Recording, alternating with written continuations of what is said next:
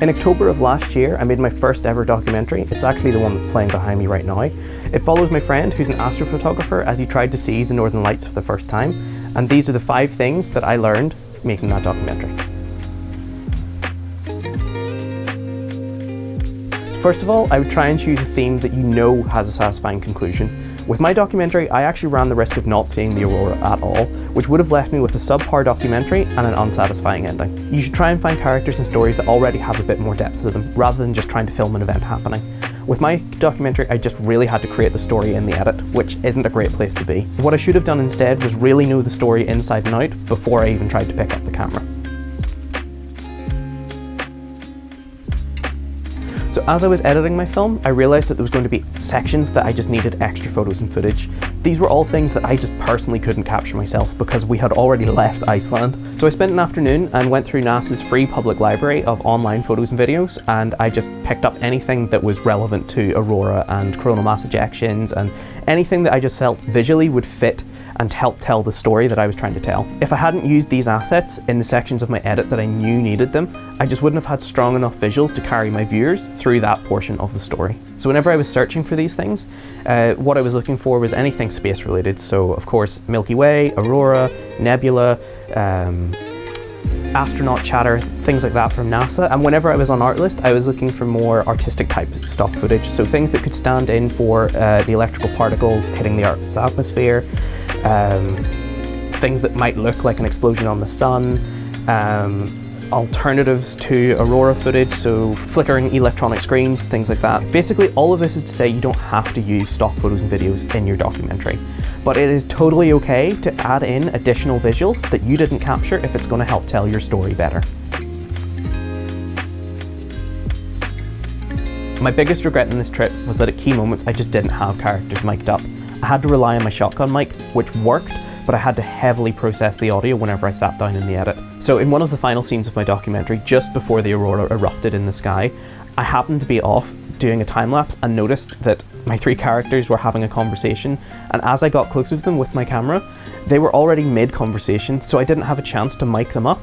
I couldn't stop them in mid-conversation because it would have interrupted the flow of what they were saying, so I just had to rely on my shotgun mic, and it sounded like this. Well, that's always the thing with aurora, like you're on the road, you're trying to find somewhere to stop, like it's all just part of the journey, and also just letting go of that expectation as well.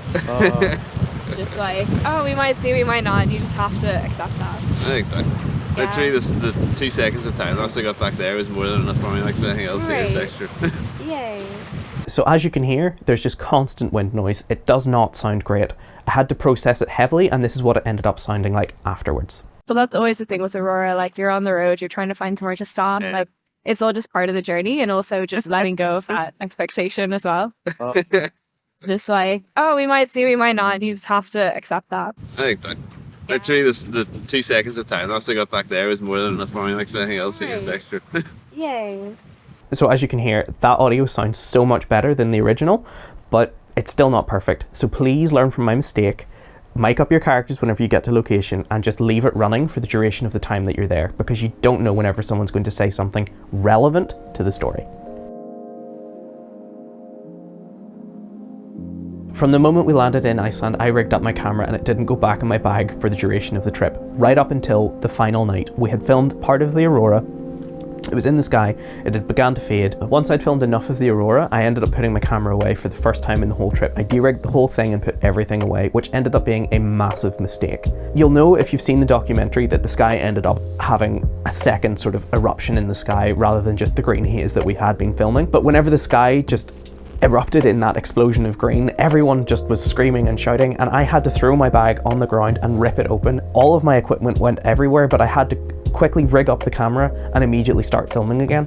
You'll have seen in the documentary that I captured enough of everyone being excited and the happiness and the joy in everyone's faces as the sky was exploding above us. But if I hadn't put my camera away, I would have managed to capture that initial massive explosion that we saw in the sky, because it was honestly incredible. The main takeaway here is that you shouldn't put your camera away until the shoot is actually completely over. In my case, I shouldn't have put the camera away until I was back at the airport, because I could have had extra coverage of the aurora as it was exploding in the sky. Going into this documentary, I knew that I was going to be fighting against low light situations and that I was just going to have to embrace bad lighting. I ended up picking up the Jean Mollis X100V just before the trip to try and give me some extra light in those scenes, but then I realised that I wouldn't be able to use the light very much at all because it would have affected everyone's time lapses and photos. So it ended up being a bit of a dead weight in my bag, with the exception of whenever we went into the ice caves, because it was very, very helpful then because of how bright the light is. It just helped light up the entire cave system, which was excellent. But aside from that one time in the cave, I just had to embrace the light from everyone's head torches or car headlights or even the moon.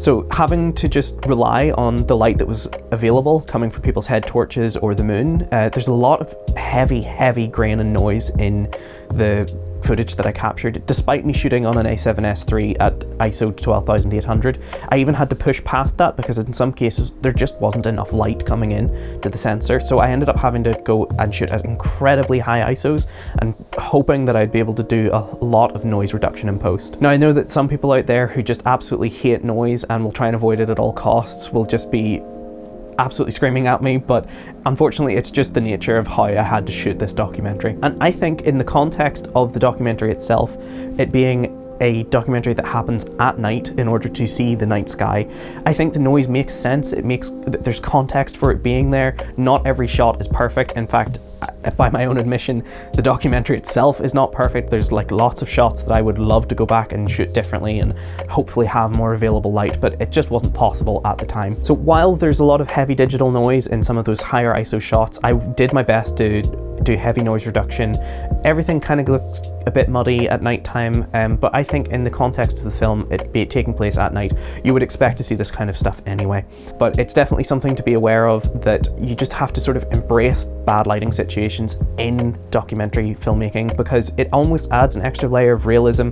Not everything can be perfect in a documentary because documentaries are meant to be a representation of real life, and perfect light isn't always available in real life.